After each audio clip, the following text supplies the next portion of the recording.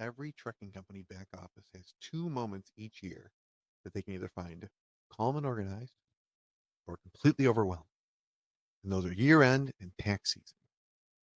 You know what the difference is between those two feelings of calm and chaos? Preparation.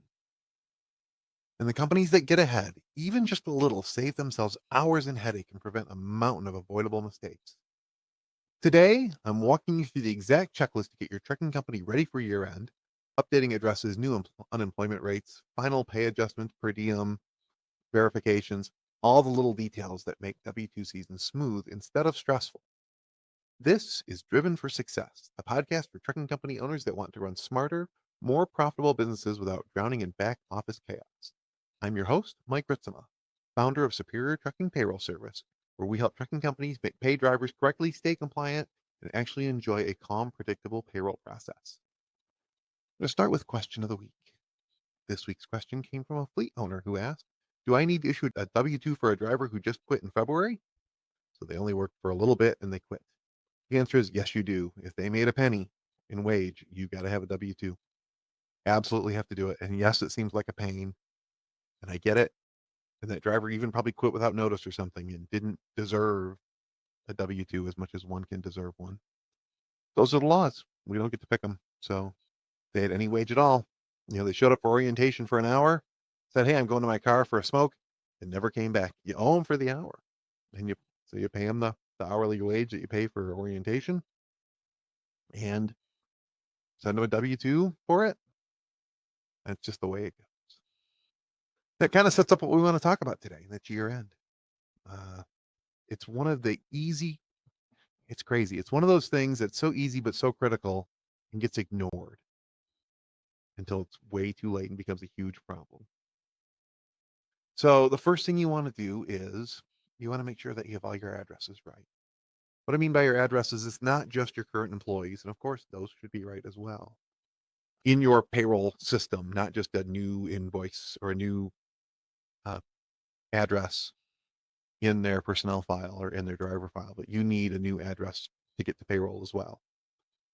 And it's also for your teamed employees, like in the question of the week, that driver who quit after working half a day or whatever in February, you want to make sure their address is right too. Hopefully you have an email address and you can reach out to them, because otherwise if they don't get it, they're just going to bother you. So you want to make sure every employee address is correct and every 1099 address is correct. So if you have owner operators, and owner operators who already left you this year, make sure you get to them too. You'll want to double check addresses, especially for the term drivers, because if it's a current driver that you have an address wrong, you could probably literally hand them the W-2, or you can get it emailed to them. For the former drivers, it's going to be more complicated. So you want to make sure those are right. Make sure you got everybody who moved in the middle of the year, you got them right. And you want to make sure that it's actually their home address and not just a temporary one, where if they moved in with somebody for a couple of weeks and before their apartment was ready, make sure you have the apartment address in there. And it's important because, W-2s getting returned to sender, which would come back to you most of the time. It's just unnecessary work that you have to deal with. The drivers get annoyed because they're wanting to file right away if they have a refund coming or think they have a refund coming. It's time you've got to waste, because to them it's the biggest fire ever. And you've got to stop what you're doing and get the right address and get to your payroll, whether it's your payroll provider or however you do it in-house, and get a new one printed and sent out to them, where you can do all this stuff earlier and make it so much easier. A few minutes now will save you hours in January, and it'll save you a lot of stress too. And nobody needs extra stress. The next thing you want to do is you're probably going to get a letter for a new SUTA rate. SUTA is state unemployment tax. Most states compute that every year. Most of them change it on the calendar year, and often in December, sometimes a little earlier, sometimes in January, unfortunately. The state will send you a new rate for the coming year. You want to make sure you get that ready to implement. Again, if you're doing it in-house, have it ready to go, so with the first payroll next year, you can set it in there. For you're using an external payroll provider like us or anybody, get it to them as soon as you can. You don't have to wait. Send it to them now, and then they can have it ready for your first payroll of the year. And why this matters is you might think to yourself, well, I don't have to send it to them until January. Well, that's great. Well, if you pay on Fridays, your first payroll of the year will be January 2. That will be getting processed in December, but it's a January payroll, which means January SUTA, and the reset for the wage base and all that kind of stuff, and the new rates all take effect for that payroll, because it's the payroll date that sets all this. It's not the date they did the work. Some people get confused about that, but it's the date of the actual payment is the one that everybody looks at in the taxing world. So you want to get it to them as soon as you can. Hopefully you get an email back from them saying, we got it, thanks. And then you're done. If you have trucks, if you're paying people in multiple states and subject to multiple state unemployment, because you have multiple terminals and things like that, make sure you've got them from all your states. Because what happens if you don't do that is the payroll company or the in-house one will book it at the incorrect rate, the year before's rate, which means they're either over collecting or under collecting your unemployment tax. And if they are under collecting, they're going to have to make that out. If they're over collecting, you're paying them too much money in sooner. So let's not do either of those things. You should have the notice within the next week or two. If you don't have it already, send it into your payroll provider, let them handle it, or get it set up so that you've got them all together in a file folder when you're ready to put new rates in, if you're using QuickBooks or something that you do things in-house. The next thing you want to do is you got to verify names, social security numbers, EINs. Nobody likes this part, but it might matter more than anything else. Make sure you've got the spelling right of their names. Make sure that you have the right social security numbers, of course. That is probably the single biggest thing we get from clients is, oh, it turns out their social security number's been wrong. Back in the days, back when candy bars used to cost a nickel or whatever, right? When I started working, your social security number was right on your paycheck, so you saw it right away. And if it was wrong, you knew right away. Nobody does it for privacy reasons, for people stopping identity theft. They don't do that anymore. None of us do. So we don't put your social security number on there, or even on some W-2s, some companies don't put social security numbers on there. They'll just put the last four. But we got to get that stuff fixed, and this is the only way to do it, is for you to see the number that you have. So you want to make sure that you've got the correct social security numbers for everybody. You can ask your payroll service for a list. If you use a payroll service, I'm sure they're happy to provide it. And you can check it against your records. I would especially check the people who started this year, even if they quit already, because the other people, if they were wrong last year, they should have told you last year. Again, we've had people who say, yeah, my last 3 years have all been wrong. And those are no fun. But it does happen. You want to verify the employer identification numbers on both your own account, which you should already have, and on any 1099s that you issue. Make sure that W-9's right. Quick template for the W-9s. If they use a social security number, you want their name in the box for where the 1099 gets issued. If they use a federal ID number, you want the company name. That's generally speaking, but it's almost always right.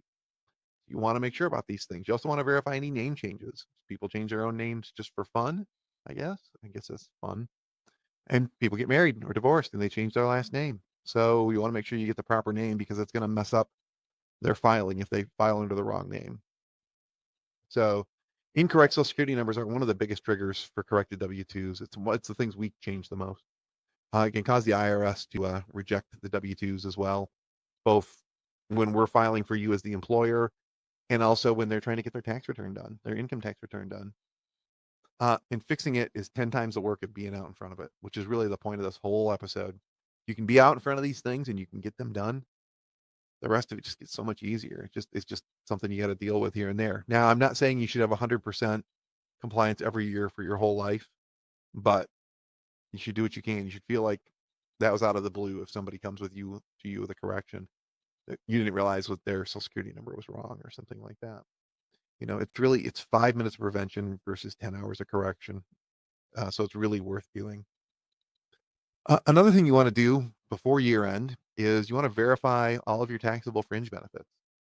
Things like health insurance for S Corp owners, personal use of company vehicles, housing stipends if you have those. I don't think many people do. And even things like gift cards. If you gave an employee a gift card, that's really taxable. I don't want to be all the rule police on this, but it has actual value and it's a specific value. Those kinds of things, that's taxable. They need to pay tax on it. Otherwise, we'd all pay each other in gift cards. We'd all pay each other in Amazon gift cards for anything you'd want to buy through Amazon and make your house payment for you. All that stuff's taxable. So you want to make sure you have it on the W-2s right. Talk to your payroll provider about it. If you're one of our people, talk to us and you figure it out. The next thing you want to do is make sure, well, it's really more for cleaning up things. Clean up your termed employees in your system. Make sure you don't have any ghost employees. What I mean by that is if somebody if somebody was termed this year, make sure that you've taken everything out of their files so they can't accidentally get paid. Make sure that you take out their direct deposits. That way that would generate a paper check, which would make you look at it, hopefully. Make sure that you take out their ID from your system, whatever local ID, so they can't, so if you try to import things, you can't even import them. Things like that. All that stuff really matters. Close out any garnishments, child support orders if you have to send something to the state for those or to the court for those. But you really don't want bad data getting pulled into your year end, and you really don't want to pay termed employees after they quit. So it's really a good thing. You should keep that up all the time, but you really want to make sure with this stuff. Sometimes you don't want to close them out to the end of the year because you have a 401k audit, and that might affect it. I don't know how it would affect it, but it could. You just want to be careful about that. This one's going to sound obvious, but it does get missed, and you want to make sure. You want to triple check your own company information. Things like your legal name, your DBAs, your EIN, your physical address, your mailing address, the owner officer's names. If you had any changes in those, you might want to make sure that those get done because a lot of this stuff goes on your W-3 as well. You just want to make sure it's right, especially the EIN and the legal name. The other ones are also important, but those are the first two that really jump out at you. The physical address being wrong don't throw you in jail, but you just want to avoid it if you can. And then the final thing is get ready for next year. Once you've got all this stuff done, there might be other changes that you want to make for 2026. And as I'm recording this, it's only a month away. So you want to make sure that this really sets the tone for an easy year starting process. So you want to clear expectations, for what you're going to send to people. You want to make sure that any benefit changes are recorded. A lot of companies use the calendar year for their benefit year, which means open enrollment is usually in December. And they want to make sure that you want to make sure you get the new benefit charge amounts to your payroll provider in plenty of time for them to get them in for the first payroll of next year, or add any new ones or subtract any deductions. Or some companies do raises first of the year. I know trucking's been hard, so not a lot of people are getting raises, but if you do have them and you do them first of the year, you can send them ahead of time. You don't need to wait till December 30 to send them in. You can send them in today and say these are effective 1/1, and your payroll provider should be able to deal with that. But you get all that stuff done now, especially the benefit changes, because that's a big deal. You've got to change everybody's health insurance amount because everybody's health insurance goes up every year. If it doesn't, let me know who you're using. Your dental insurance may or may not go up. Vision, they may opt into or out of insurances, Aflac things or whatever, supplemental insurance, things like that. You may offer a new one that they are interested in. They may have a dependent that drops off, things like that. So you want to look at that too. By the way, not for nothing, a bonus tip here. You also want to audit your insurance bill. You want to look at your insurance bill and make sure that all the people that are on your insurance bill actually work for you, and somebody didn't quit in July, but you forgot to term them, or the insurance agency forgot to term them. So you've been paying benefits for 6 months because you can't go claw all that back. So just look into that too. Just a little bonus tip for you. Year end is not about perfection. It's about getting ahead of the little things that cause chaos later. A little preparation now protects your drivers, your business, and your sanity as much as it can in trucking, right?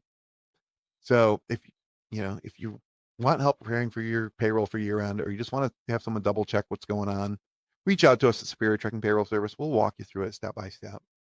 Our mission is to help trucking families, and that includes you. We're so glad that you're listening.